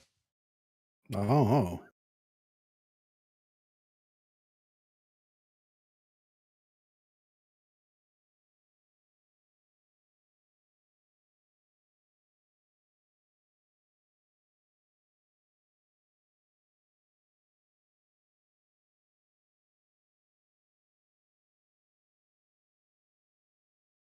Aspect ratio keeps changing. Yeah. I think we're going to go all the way to the widescreen. There it is.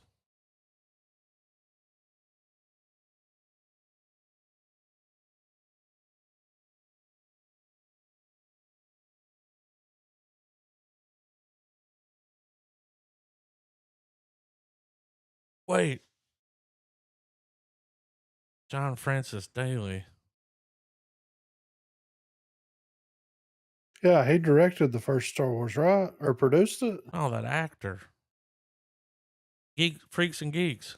Oh, that Yeah. wow, he looks different. Yeah, right? I'm over here like, that guy looks, who the fuck is that guy? Those teeth. He looks like he going to eat some corn. Hmm. It's corn.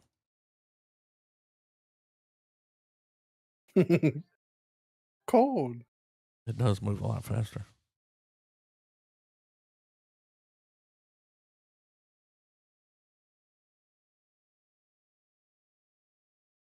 It's a lot going on there.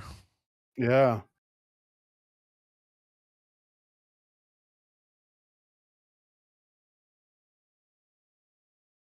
I mean, now we don't have to watch it. It showed us all. There's a lot going on there. It's okay though. Okay. I can Oh, well, hear this trailer you already. already know what she's gonna say. Yeah. We got the Whitney Houston movie, We finally got a trailer for it. the biopic. Ooh, Let's I'm see. ready. Wonder if they'll cover the crack part. Or the Oh, spousal abuse part. They did in that they Tina gotta Turner movie. yeah. All right. 3, 2, 1, play. Is that Clive Barker?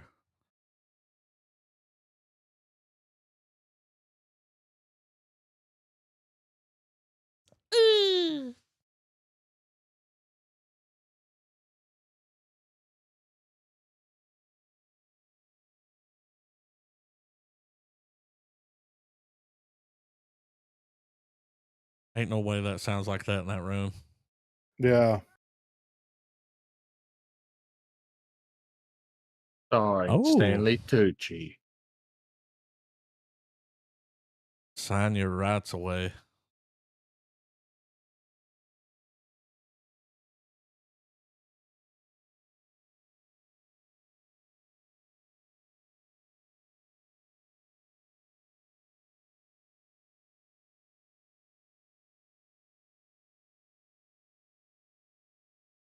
What? That's racist.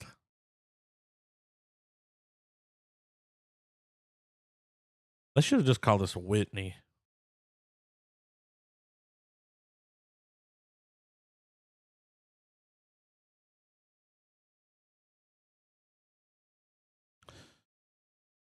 She has one of the best national anthem clips. Whitney? Yeah. Oh, look.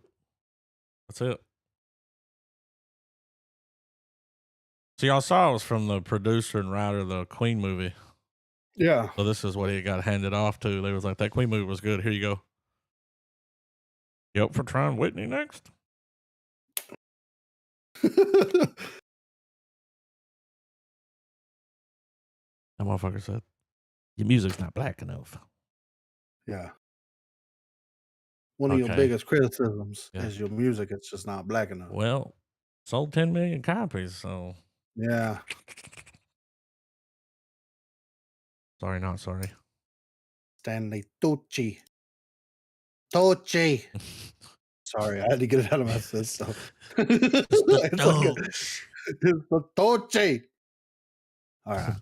I'm good now. I don't know, man. Whenever I see it, Yeah. gotta get it out. The Doge. All right. Y'all ready? Copenhagen Cowboy? It sounds like old Carpenter Brutes. Yeah, Music. right. Oh, okay. Let's check I'm it ready out. though. 3, 2, 1, play. I wanna dance with somebody. Sorry. Over the Doge. heat. Tucci.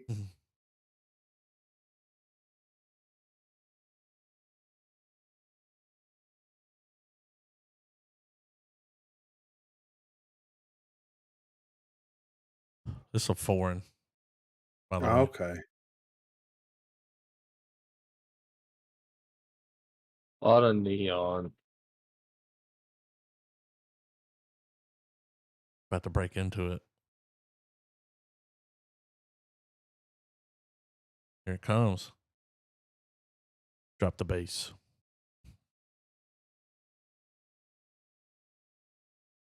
You sure this isn't the Doc movie?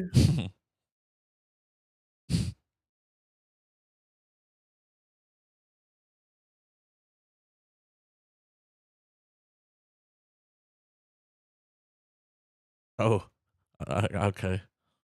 I see. See what I'm saying? Yeah. Oh, it's a series. 6 episodes. on Netflix, December the 8th.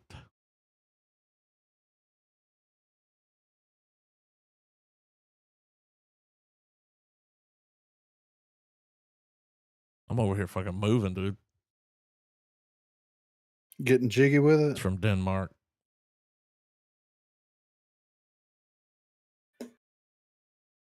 I mean, It's there's a eerie lot. as hell. Yeah, there's a lot happening there. But I'm interested though. Yeah, I want to dance. Man, this is a weird one right here. The Loneliest Boy. It's a weird one.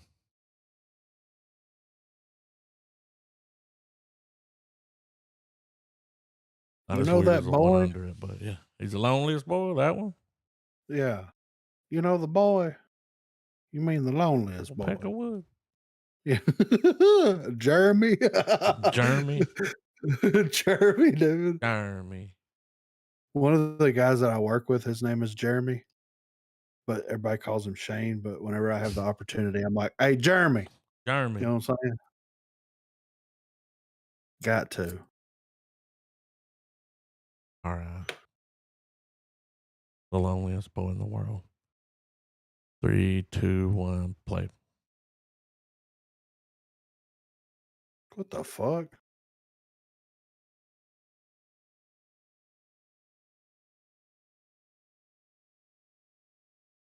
The fuck?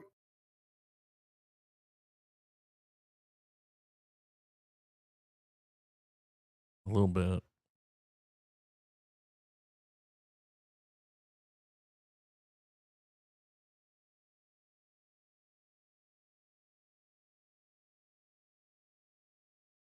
He's like, well, he's going to be mine.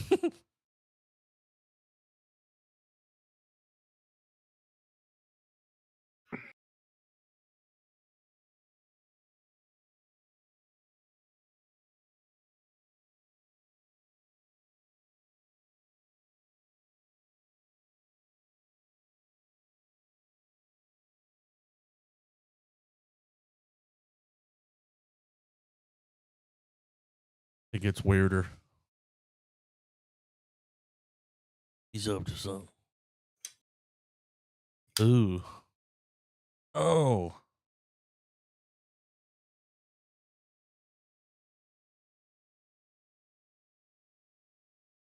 She got a sister. Almost like the sequel to Swiss Army Man.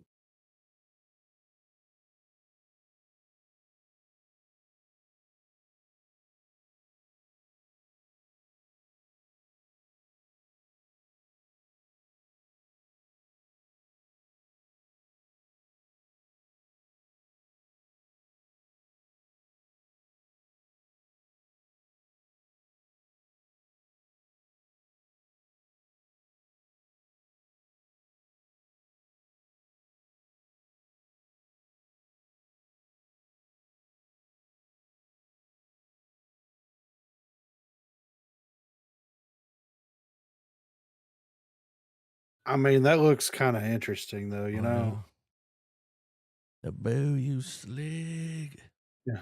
Oliver, you the loneliest boy, Oliver. I dropped this trailer for the comedy. Is it like Newsflash. legit? This ain't a comedy. Okay. But you'll see what I mean. Like, I don't know. Like, Netflix be killing it sometimes, but dude, you'll see. Well, I'm ready. No, you're not. All right. 3, 2, 1, play. Oh. Okay.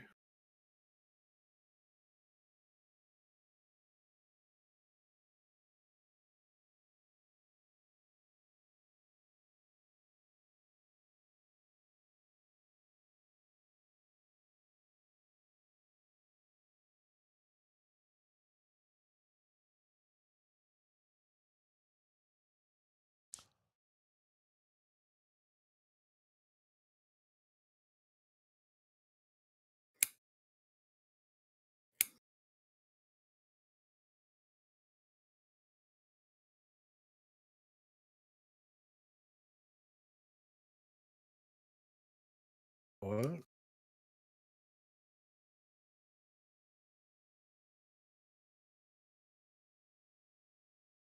Mm.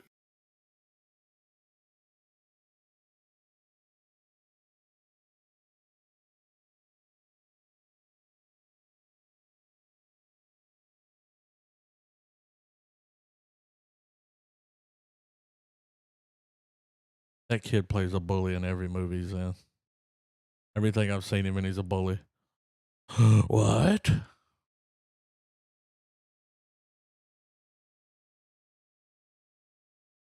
This fall.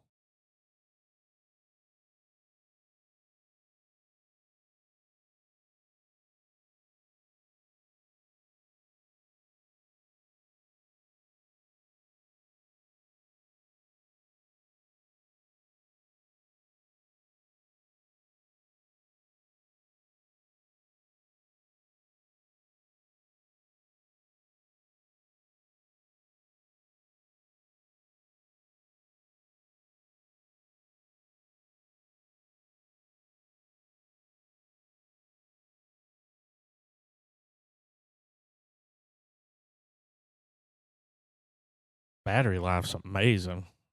Yeah, right. So he's putting in phone calls, and Mr. Harrington's fucking whacking people. Shit. Is there any Harrington. females that do that? Wouldn't be a bad little superpower to have. It's like, I'll put in a call. Yeah, I know a guy. The fuck is this? I don't know. I didn't watch it, but I saw that thumbnail. Was like, sure. The boys are gonna love this. Yeah, right. What the fuck is that? Some anime shit, dude. I'm fucked up teeth. All right. Look at that grill. Jesus, look at the grill. All right. 3, 2, 1, play. October the 10th, guys.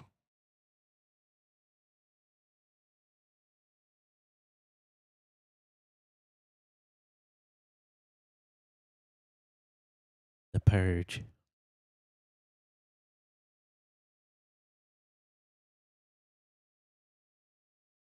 Did he just stab his mom? Mm-hmm.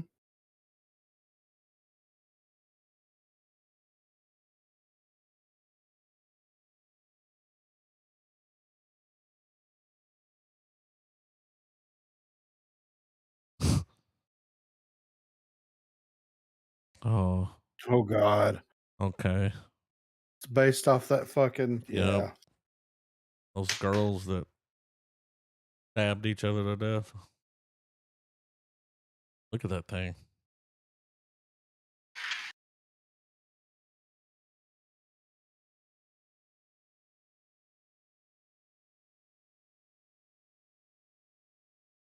I don't know, but it was pretty grim.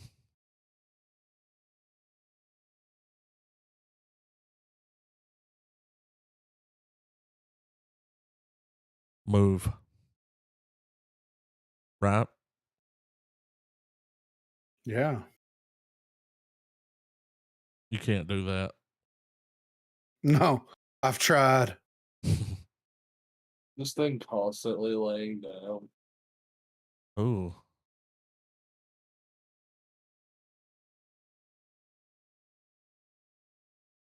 Stop looking at me, Grim Cuddy. They could have come up with a better name.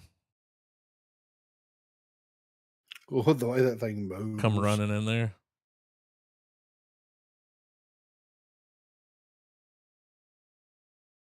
I mean, we're podlocked on it, right? I mean, we do need another movie in October. I don't think everything should get a movie. This is No. proof of that. Yeah. We do have another movie for October. What is it? It's Clerks? just not a horror movie. Yeah. I mean, I'm down to do it. What do you think, Trav? Clerks is coming out on VOD 17th. October 17th. Oh, Yeah. might be the 14th. 14th. It's coming out in October. It is the 14th. Man.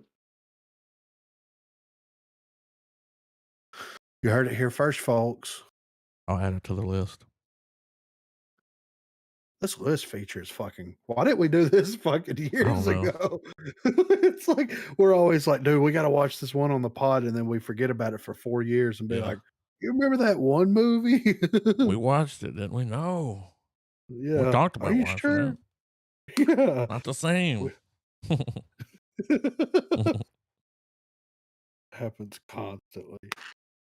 This looks like a little silly goose time. This reminds me of like remember those the Wayans brothers, those movies they made, like the Oh, haunted like house and scary yeah, movie and shit like that? Yeah. like those the haunted ones they did where it's just kind of Yeah. Over like the top. yeah, silly goose. That one has one of the funniest scenes fucking ever, though, where the fucking cousin shows up and he's tough talking the ghost. Oh yeah. Dude, I will fucking Well, they're in the laugh my ass. basement.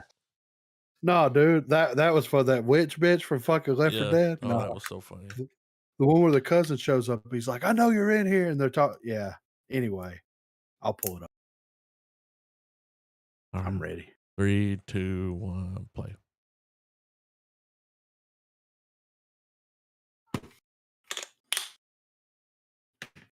Oh God.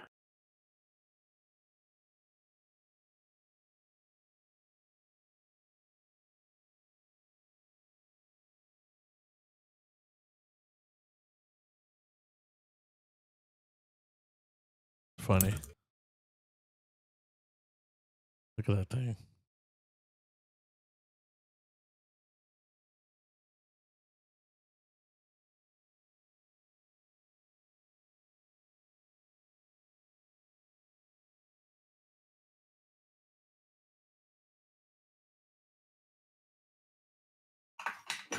It gets better. What the hell? You break Something something? fell. Yeah, something fell.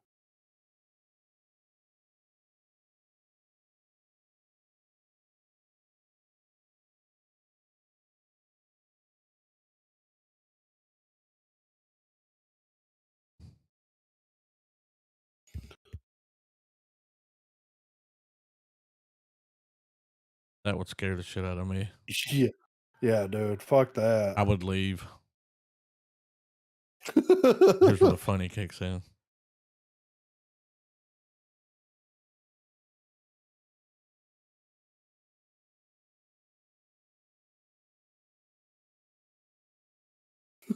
How did it get the GoPro? Yeah.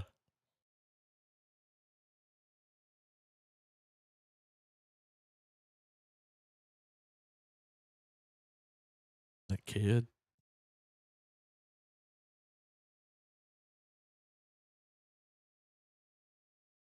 Oh, Shutter. I mean, that looks pretty interesting though, for real. A fucking found footage comedy. Yeah. We seen this We got trailer. no, Kate Blanchett? One looks Mm, strange. I don't think so. Is it a foreign? I don't think so, but you'll see what I mean. It's just weird looking. Okay.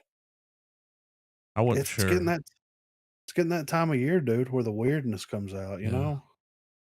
Where the freaks and geeks start fucking slumbering, you know? Anyway, I don't Right. know. I don't know what I'm talking about. Slumbering. Yeah, We're the slumbering around, slumbering. man. It's October, man. Yeah. All right. 3, 2, 1, play. This looks kind of weird. Dochi. She vaping?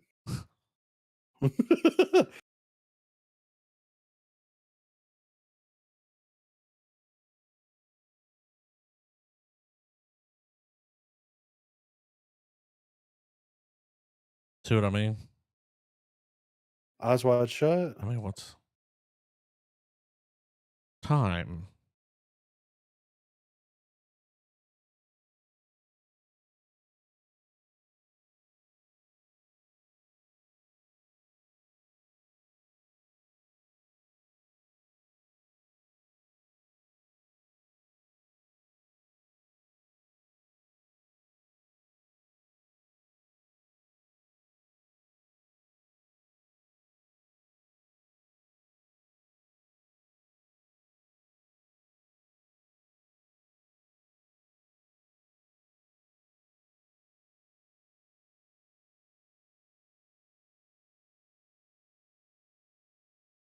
Got that Black Swan vibe. You know what I'm saying? Mm-hmm.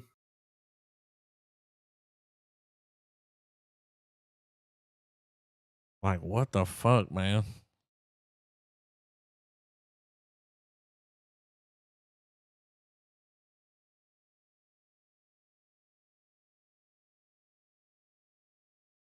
That bitch needs to quit hanging out with Maynard.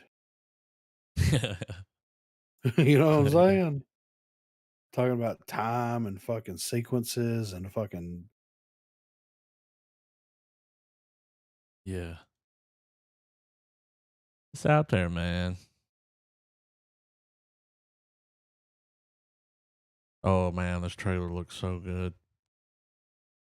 Dahmer? It's going to be a series. Okay. Yeah, I can't wait Is to it watch this shit. is it documentary?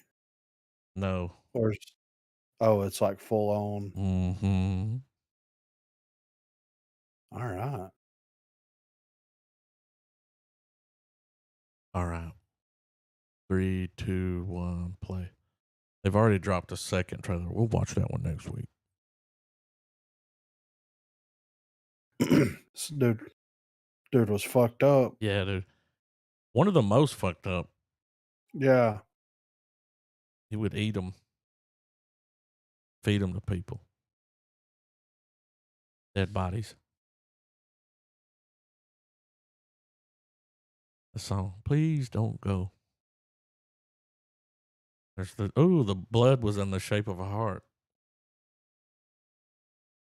He would like drill their fucking head. And what's crazy, man, is like how people ran away Yeah. and the cops brought them back. They're like, your boyfriend got loose.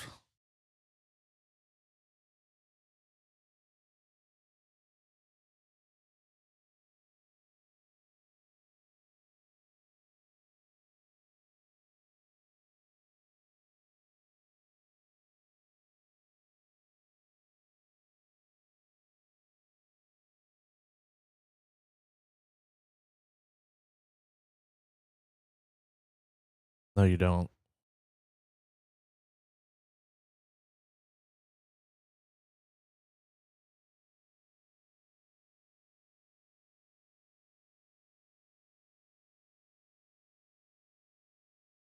Mm-hmm.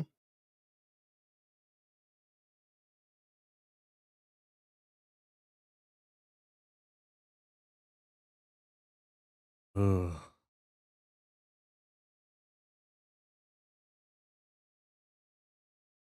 Please don't go.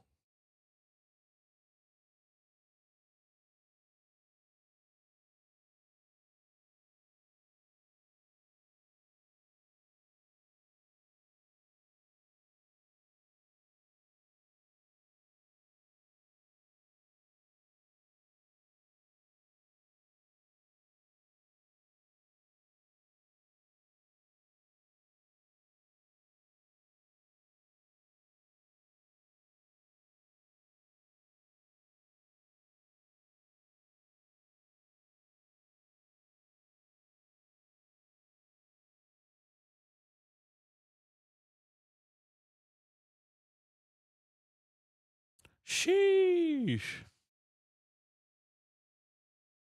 It's cool to see her in a role that's not Reno 911. Yeah.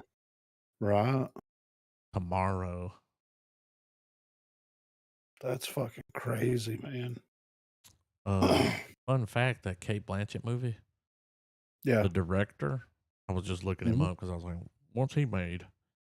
Nothing really, but he had an acting role in Eyes Wide Shut. How funny. Makes sense. Yeah. Yeah. Like, I have the perfect idea for a film. Fucking called it, you know?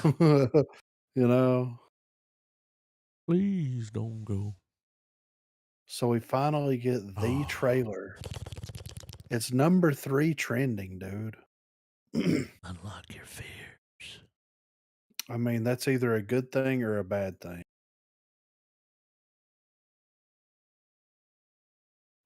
I'm ready. Are you ready, Trav? Yeah. I'm ready, dude. It's time. All right. Let's peep it. Hellraiser.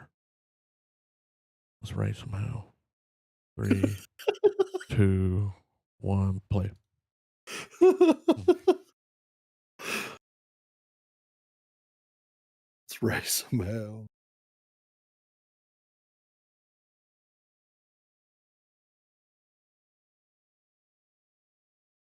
Ooh.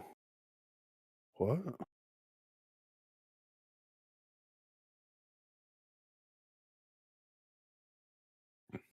Oh, damn.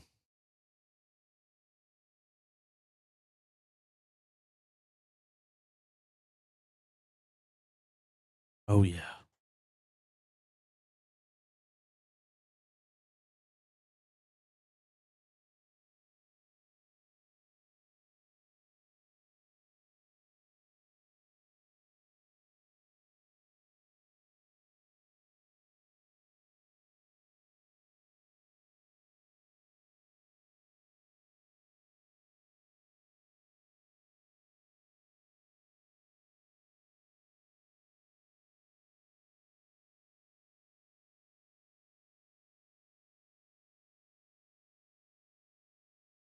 Mm.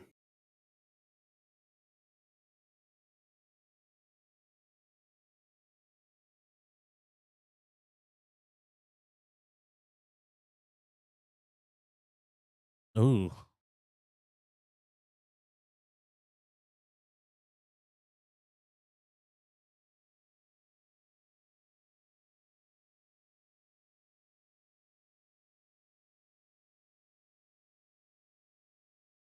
I like the voice.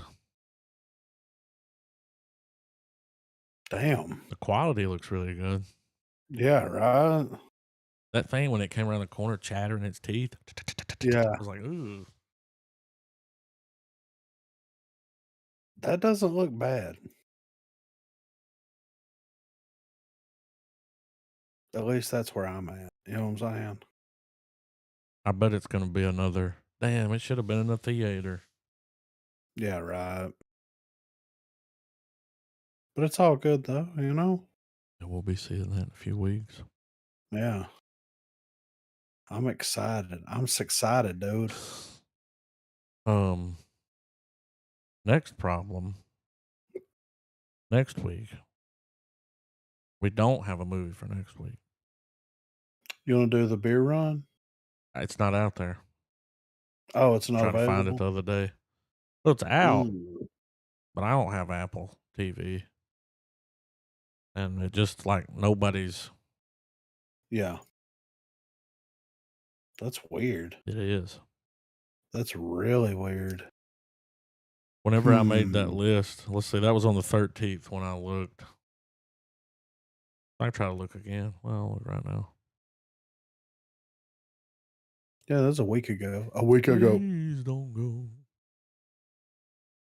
Don't go. The Hellraiser trailer. Good. Feed Very it. Yeah.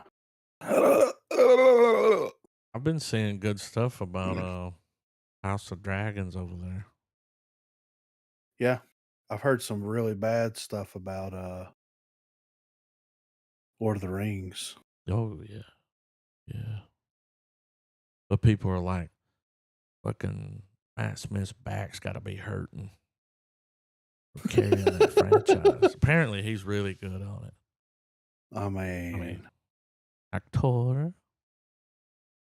Nah, it's still not available. I mean, do I need to go classic? Has there been anything that you guys have been like wanting to watch recently? I would like for you guys to watch Top Gun, but I feel like it also deserves a revisit. Well, that seems like a very like Thanksgiving-y. Yeah, from the You know what I'm original. saying? Yeah. Because I too would like to watch that one and the other one back to back. Yeah. Yeah. Um, I mean, next week we could, because they're releasing 3 episodes of Andor, right? Mm-hmm. And She-Hulk. I don't know how long Andor's gonna be, but I'm guessing I mean, it can't be 30-minute episodes, right? Andor? Yeah. I don't know. It's it's gotta at least be 45-minute long episode. At least in my head it is, you know? Mm-hmm. See if they got My any head times. pictures.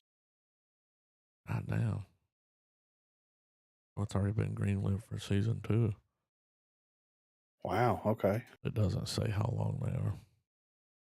Might be one of Gotta those find things her. like other shows where they're different. Yeah, Dude, each episode. the main actor has already shot 24 episodes. Wow. How?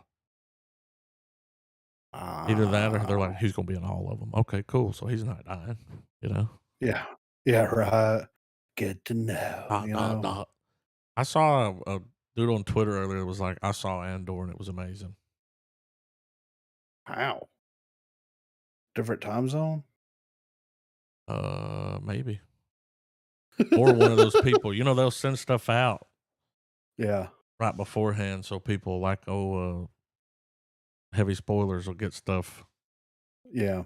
right Oh, before so yeah, he can yeah. already have his videos ready. Yeah. But yeah, I mean, if something comes up, we'll throw it on. I We got mean, about a I'm week. looking through right now. Let me see if I can come across anything. Cause like, before we get into, like, the horror-tastic October, you know what I mean? Be cool to watch something kinda funny, you know what I mean? Kinda funny, kinda clever. Has there been anything funny or clever? S Elvis. These are all series. Super there's Fight Club, we could do that.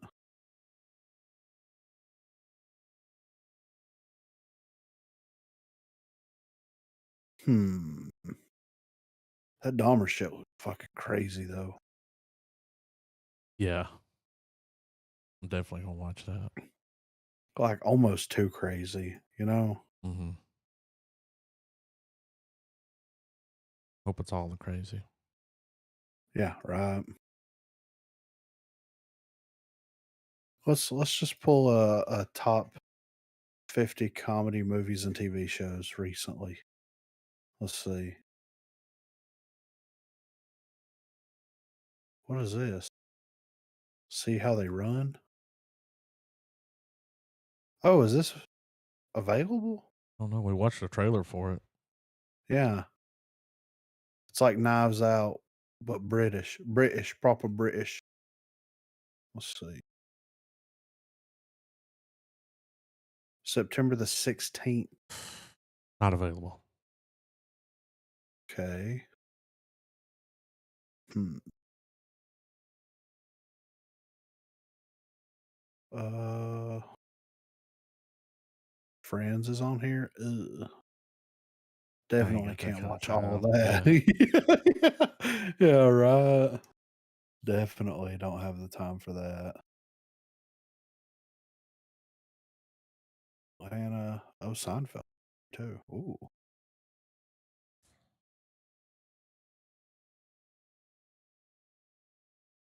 not seeing anything. Yeah, I mean, if something comes up, Yeah. you know. Because we do have those 3 episodes. Yeah, Another episode of She Hulk. yeah. Trailers. So if something jumps Who out. knows? Yeah. I mean, there's stuff out there, but that Good Night Mommy movie, Mommy, M- they Mummy. got a Fletch movie.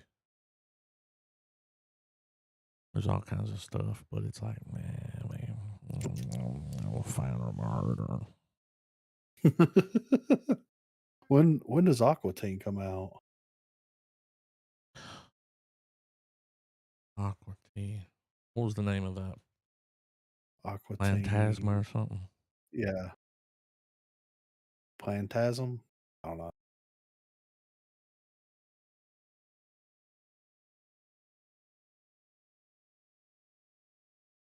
'Cause we are the Aqua Team. Beat the homie say ho, a nigga really wanna dream. Movie.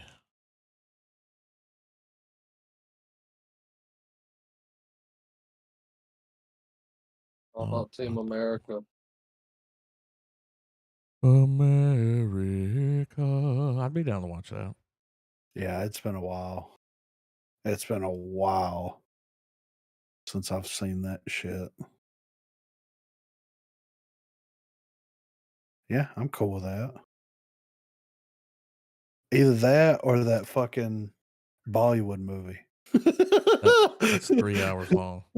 Oh, never mind. Yeah. Let's put a That's like 3 pin in episodes. that. Yeah, let's put a pin in that, dude. God damn, I didn't know it was that long. That keeps popping up in my feed, dude. Yeah. It's just gonna live there Oh, forever. yeah. That, Aqua Teen movie is November the 8th. Oh, yeah, that's right, okay. We'll get on that. But, yeah, 'cause we got a lot going on, so having, you know, with Team America, we're just one-liners. Oh, I yeah, mean, yeah. That's true.